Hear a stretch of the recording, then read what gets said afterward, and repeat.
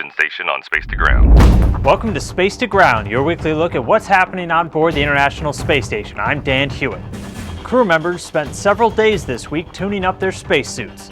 Commander Butch Wilmore and astronaut Samantha Cristoforetti worked to swap out a fan pump separator in one of the station's suits. Wilmore and fellow NASA astronaut Terry Virts are scheduled to do 3 spacewalks starting in late January to continue preparing the station for some major rearranging in the coming year. Expedition 42 is also getting ready for a special holiday delivery. In preparation for SpaceX's 5th Dragon ISS resupply mission, Terry Virts spent some time this week configuring the device astronauts use to command visiting spacecraft. Dragon is scheduled for launch next week. Visit nasa.gov/SpaceX for the latest updates and coverage time. So what do Buzz Aldrin's shoe, the Liberty Bell, and sports arenas all have in common? Well, they all supply microbes that are currently growing on board the station.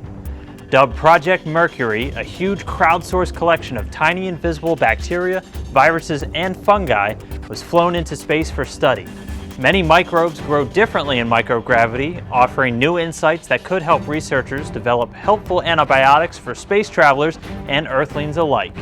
This week, the Oscar Report wants to know what would happen if you threw something like a cricket ball at Earth from the station.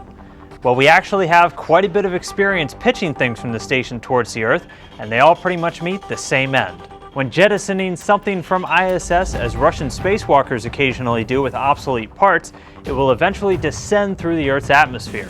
And since the object is moving at an initial speed of over 17,500 miles an hour, it will disintegrate from the heat of re-entry.